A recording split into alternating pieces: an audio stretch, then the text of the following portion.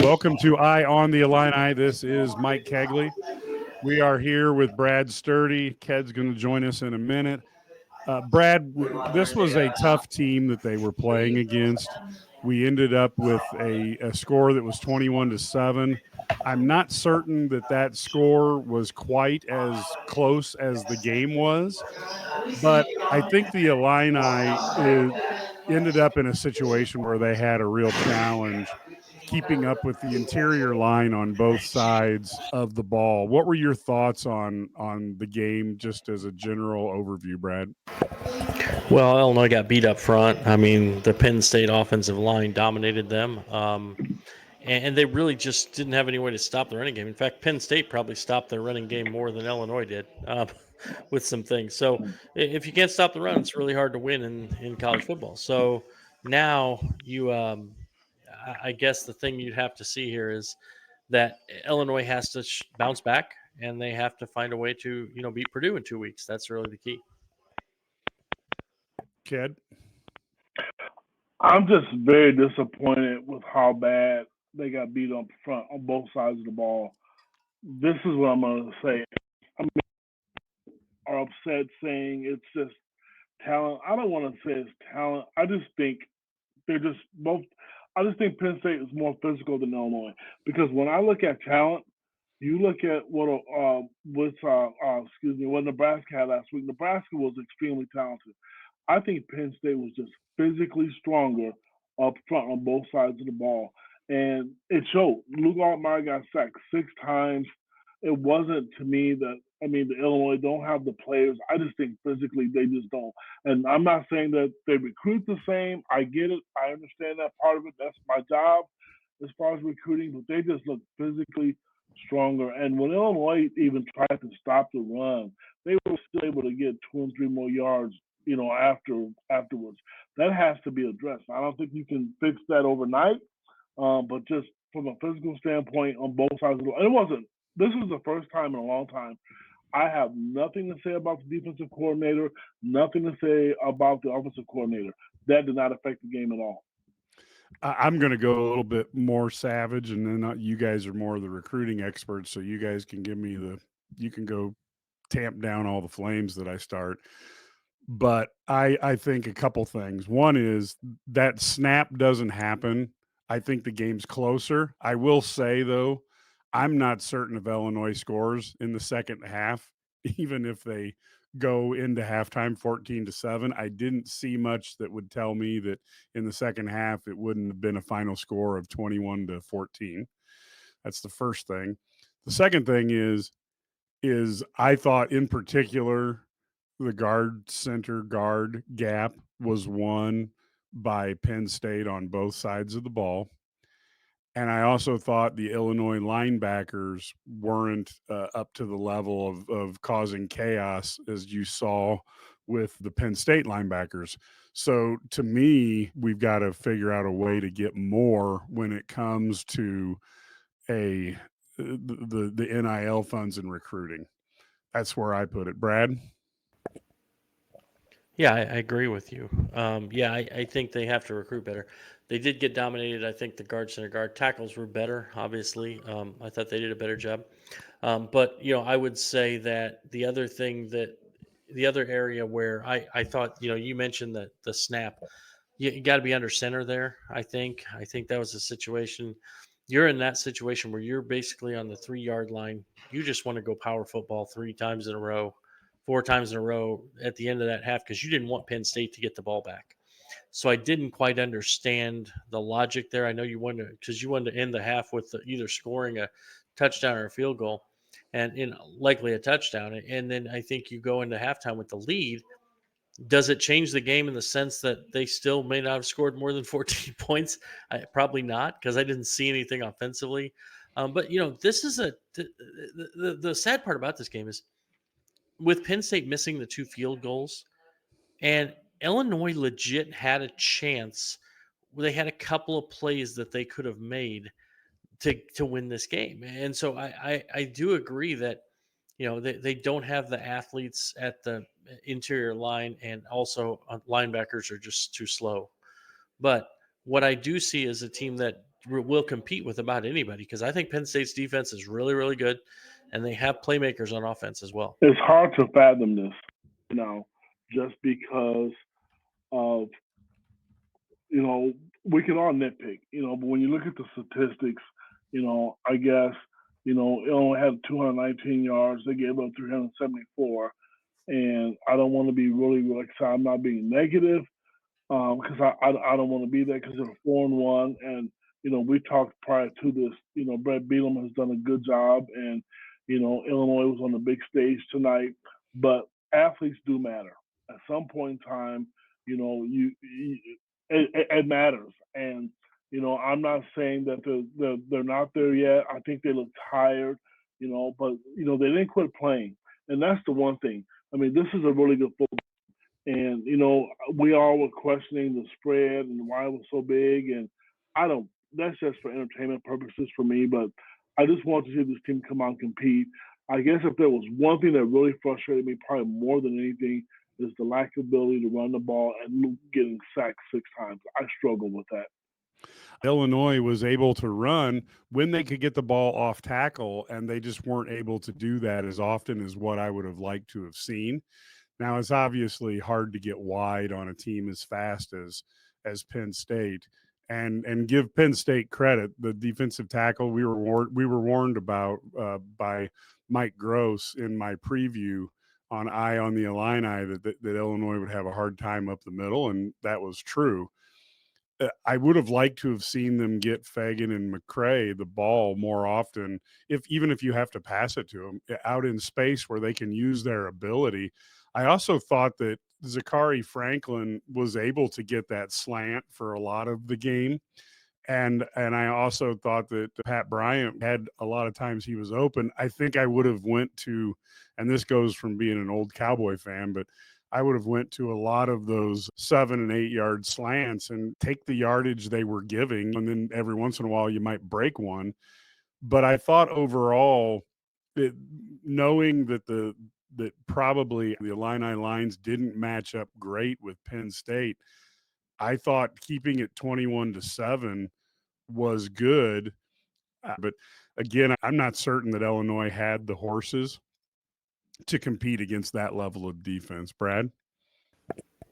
Yeah, I think it does come down to players. The one thing I'd like to see Illinois do a better job of is I thought a lot of the swing passes to the backs were effective, whether it was Fagan, whether it was McCray.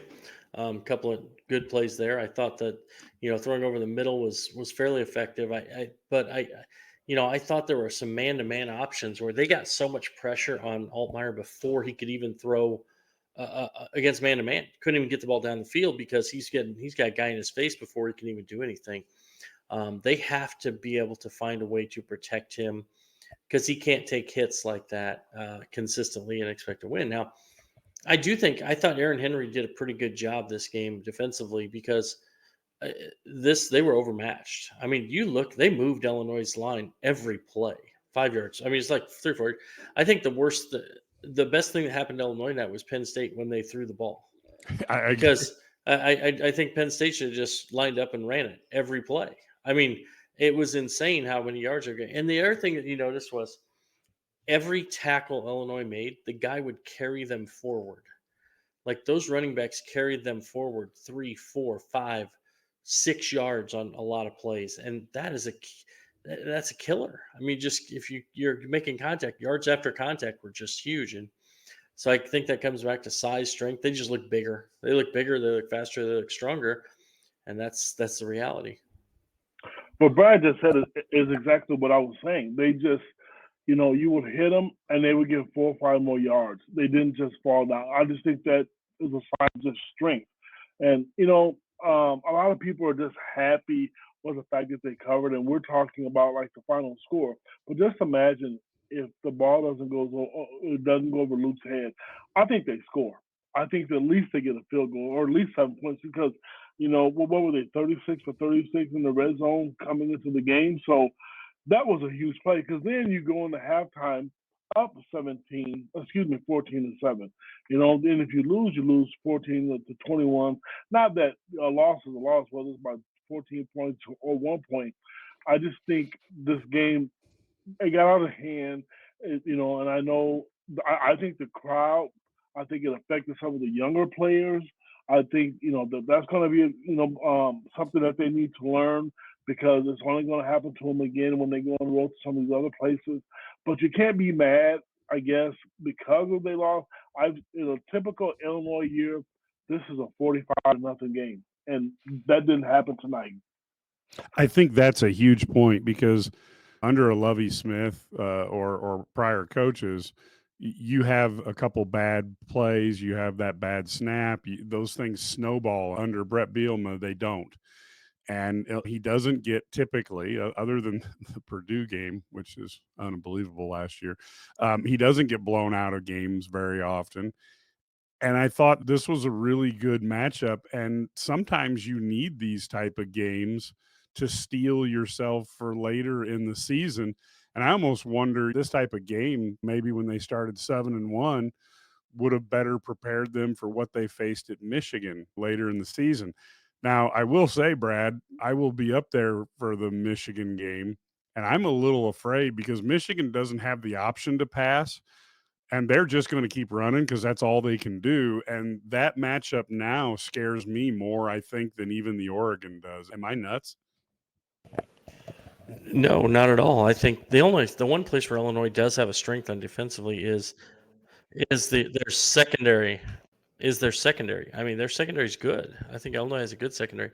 The problem Illinois has is that they struggle at the front seven, against them. So, yeah, I think that I'm with you, but I do think Illinois can move the ball against like an Oregon team defensively. I think that they will move the ball against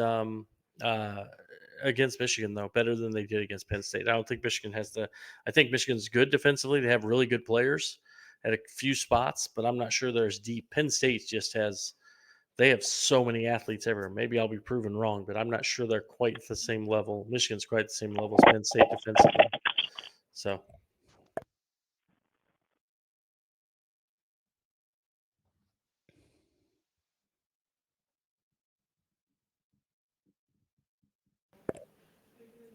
Ked? I just think from a secondary standpoint, Brad is right. I mean, they can hold their own. I just don't. I think if you give Van Henry an opportunity to think a team just going to run the ball on him the whole time, I don't think that's going to happen. I think it's because Michigan, they don't have a passing quarterback, they'll adjust to that. I really do think so. But they need to take this bye week. They need to learn from what happened in this bye week. I think they need to rest. And I will tell you something else. I mean, we talked about this before, and I know I'm all over the place, which I apologize for. But let's talk about that slant pattern. I mean, I knew that. We talked about that. That's Illinois' go-to move. That's their bread and butter because 9 out of 10 times Bryant and Franklin are going to make that pass. And kudos to the Penn State defensive coordinator. He was sitting on it. And I think that's a time when you have to be creative to think and know the defenses are going to take that away from you because they did.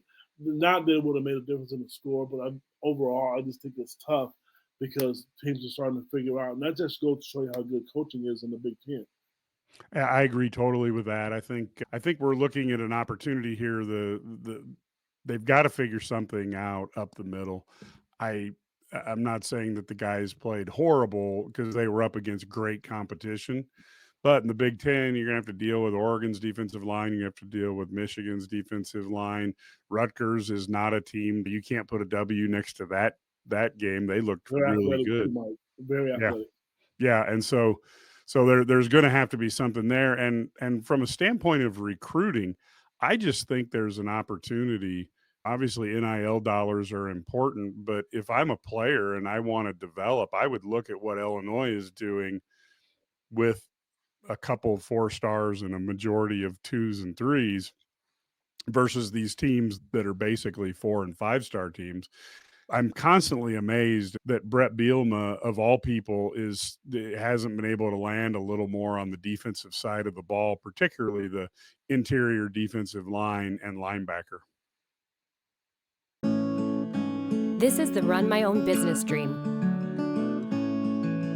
This is the colleges paid for dream.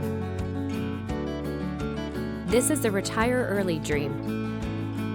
This is Busey, where your dreams and possibilities become moments through trusted guidance and expertise, through lifelong relationships.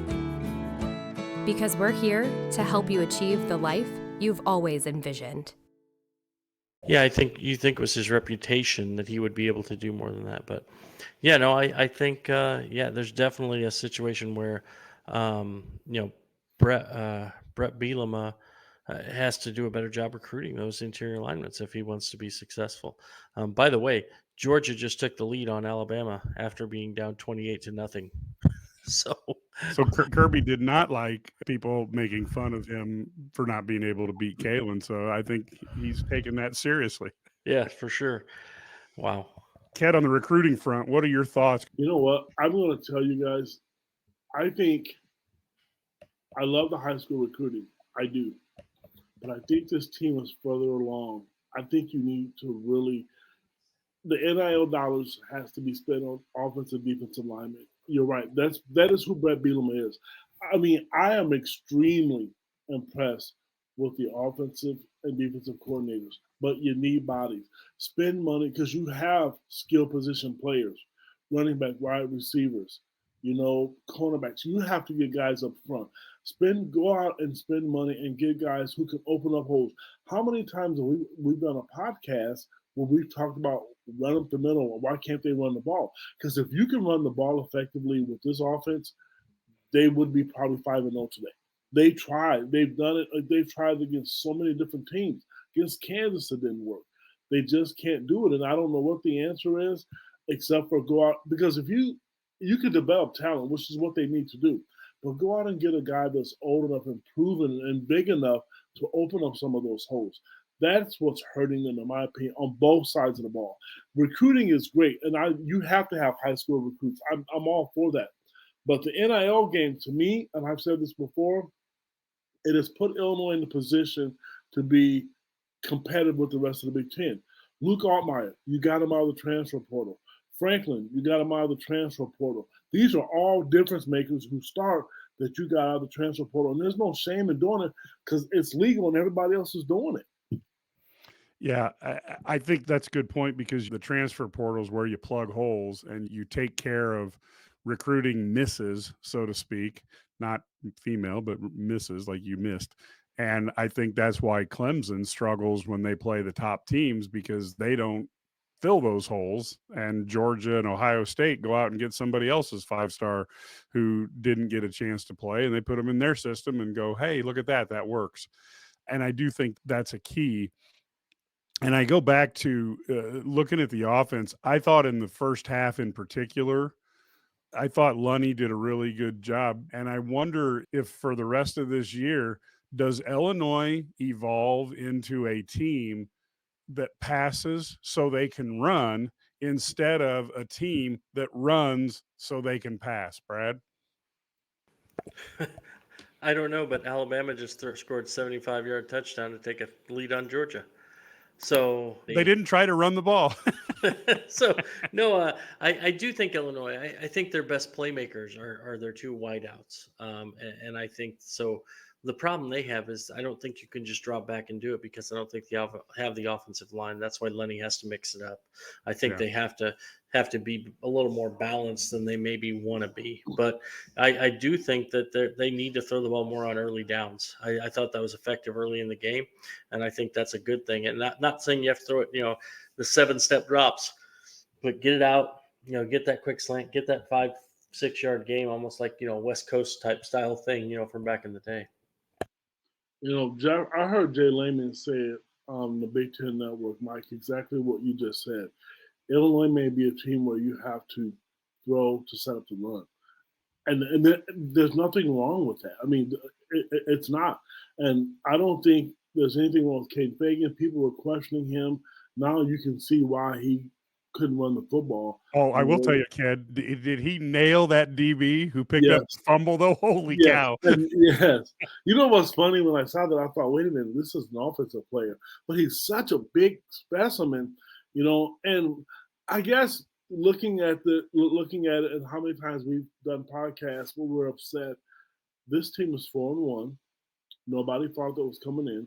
That what happened coming in. They went to Penn State, and they battled. They battled against a team that was just physically and more athletic than them up front.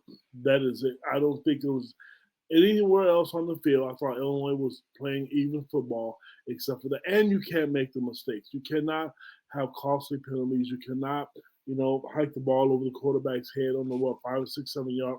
You can't do those things, especially when on the road. But Illinois football, I don't want to say it's back, but your prime time 6:30, and you're playing against one of the best teams in the country on the road, and you lost by 14 points. Anybody who's been a longtime member of Illini Guys, I'm not a person who makes a lot of excuses, but in this particular game, Illinois, I thought, played against a team. Look, people don't want to say this anymore, but Illinois played against teams better than they were, and they kept it close. And without a couple of their own mistakes, they might have been able to steal one. Yes. But you can't play a team that's better than you. And as Ked said, you can't have 9 penalties for 60 yards. You can't give up 6 sacks, and you can't turn over the ball twice without getting any turnovers back. I'm not saying they played bad. I actually thought the team actually played pretty well, considering all those things. But now they've really tasted one of the best teams. Let's really look at it. At the start of the year, people thought the class of the Big Ten was Ohio State and Oregon, and then Penn State and maybe Michigan right behind those two. Right. So now they know what Penn State's like. They've got Oregon on the schedule. They've played at Nebraska. They've played at Penn State. Maybe Oregon is the team that they get the opportunity to upset, because they will have seen that. And I also give credit. Look, let's talk about Aaron Henry for a minute. After the Nebraska game, he flies down to Florida, has to go on Saturday to visitation and all those events around the tragic death of his sister. Sunday is the funeral. Flies back to Champaign, prepares for this, and puts everything into it. Well, now they've got a couple weeks. Barry Lunny is a smart guy. Brett Bielema is a smart guy, and they've got a week now to retool. Brad, can we expect, and I would also think there's a little fuel in the fire going up against Purdue. Brad, can we expect maybe some changes and a fired-up Illinois team? I think you can. I think you're going to see a team that's going to play well against Purdue. I think they really have something to prove here. I think they're a team that after last year against Purdue, you saw how they bounced back against Kansas. That was Purdue, I think, was the most embarrassing game last year. And so I do think you're going to see them, come back, have a strong performance. They got a week off now, bye week, which I think needed to come out 4-1. They've got to be happy with where they're at. Well, after having watched Purdue play today, I know they played Nebraska. I'll tell you what, defensively, it's not going to be an easy game. They're going to have to move the football and find ways to score because, Purdue's going to be fighting for their lives because they're struggling right now. I don't know if they play next week or not, but it's not going to be an easy game. But if you can't get up for that game, then something's wrong with you. I know the coaches will be. I know the fans will be. I hope they stay in the top 25. It matters to me. Some people, it doesn't matter. I don't think this loss on the road should hurt them, but you never know how the voters vote because they may want to have an excuse to put someone in. I know Indiana's on a roll, so I hope they can still ride this momentum. I hope they can still go out and recruit, but I will say it again. Looking at, social media, my phone blowing up because I do cover recruiting. Kid, is there any way we can get some players? I want to donate some NIL money, so I'm going to be responding to these people. You have to go out to get better. That's just in a nutshell. Let's go around the horn and wrap up. Tomorrow we will do our podcast with Matt Stevens, going over the actual analysis of the game, being in Pennsylvania and having to get back to a hotel and a flight. It's kind of challenging. So we'll have that tomorrow afternoon or early evening. But Brad, what are your final thoughts wrapping up this game and especially with your perspective of covering Illinois athletics for over 20 years? I mean, I predicted Illinois to lose 27-17. I thought they might score another touchdown and probably score if they make their field goals. and they or convert there, it's like 27-14 or 24-14, something like that. Let's say he makes 1 out of 2. So it's about what I expected. I did not expect for Illinois to get dominated so much up front, though. And so I think that's my concern moving forward. They have to be better in the front line, on the defensive line, and also the interior offensive line. If they can do that, this team has a chance to have a really good season. There's no game on the schedule where you just go, they have no chance of winning. I think this may be the toughest game they have on their schedule, and I'm counting at Oregon in that mix. So now you go through and you come back, you reevaluate, you get things together, and you come back, you beat Purdue, and you're 5-1 right then going into Michigan. I think that's pretty good, right? So I think that's where you focus now. I want them to make this a special season. This loss stinks, but it's not the end of the world. They competed. And if you don't have short-term memory, think about how bad these losses were before he got there. This is a step in the right direction. You could have been blown out. Not a lot of people picked Illinois to win to begin with, and they were in the game. The quarterback got knocked down 6 times. They'll figure it out. They're smart staff. They're smart guys. I know they're going to hit the recruiting trail. They'll talk to a lot of high school kids. The momentum is there. The one thing that if you're an Illinois fan, whether you like the way the team plays offense or defense, your team is competitive. And now when they take the field, they have a chance to win. I've had so many people talk to me and being excited about the game. I didn't get to go to the game tonight. I went to the driving range, and people I didn't know were asking, well, we got to get home. We got to get home because the Illinois game's coming on. That's saying something. So that's telling you that Brett has now made Illinois competitive, what people think about the program, and they're going to continue to move in the right direction. I mean, they just have a good group around them, and the players believe. I feel bad for them tonight, but at the end of the day, the sun's going to come up tomorrow. You just got to go compete and get the next one. Yeah, I totally agree. I feel pretty good about what happened tonight. You can't be satisfied with a loss. I get that from a player standpoint, but my expectations were this was going to be a nightmarish game with 109,000 people there going crazy, and you're playing a team that's really, really talented. So again, 14 points is more than what we would like, but I think it's something that at the start of the season, if you'd have said they get to a whiteout condition there and only lose by 14, I think we would all say that's not the worst thing in the world. And I think it was really important to compete and keep hitting all the way down the stretch, because people across the country might have been watching. And then as soon as Illinois, Penn State got over, then they could flip back to the Georgia-Alabama game, which all of a sudden got good. So I think that's the case. So I think it's a positive for the program. If you like what you've seen here on Eye on the Illini, of course, we have our podcasts that you can get either on our YouTube channel, or you can go to IlliniGuys.com or your favorite podcast distributor. We also have our IlliniGuys.com YouTube channel that you can subscribe to if you really have the stomach to watch us. You're tougher than we are.